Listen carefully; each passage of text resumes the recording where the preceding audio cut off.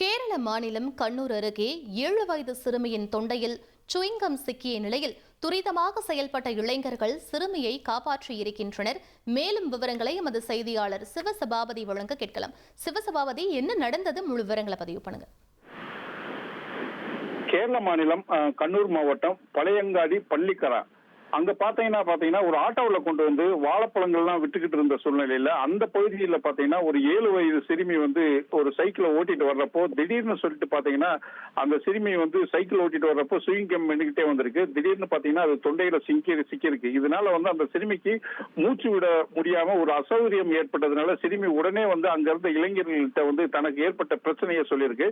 உடனே அந்த இளைஞர்கள் துரிதமா செயல்பட்டு சிறுமியினுடைய முதுகு மற்றும் பகுதியில தட்டி கொடுத்து அந்த சிறுமியை குலுக்கி அந்த சிவிங்கம்மை வெளியில வர வச்சிருக்காங்க. அதுக்கு பிறகுதான் பாத்தீங்கன்னா அந்த சிறுமி பாத்தீங்கன்னா ஒரு நிம்மதி அடைஞ்சிருக்கு. இதனுடைய சிசிடிவி தற்பொழுது வெளியாயிருக்கு. இது மட்டும் இல்லாம உடனே அந்த இளைஞர்கள் துரிதமா செயல்பட்டதுனால இந்த சிறுமியினுடைய உயிர் காப்பாற்றப்பட்டுச்சுன்னு சொல்லலாம்.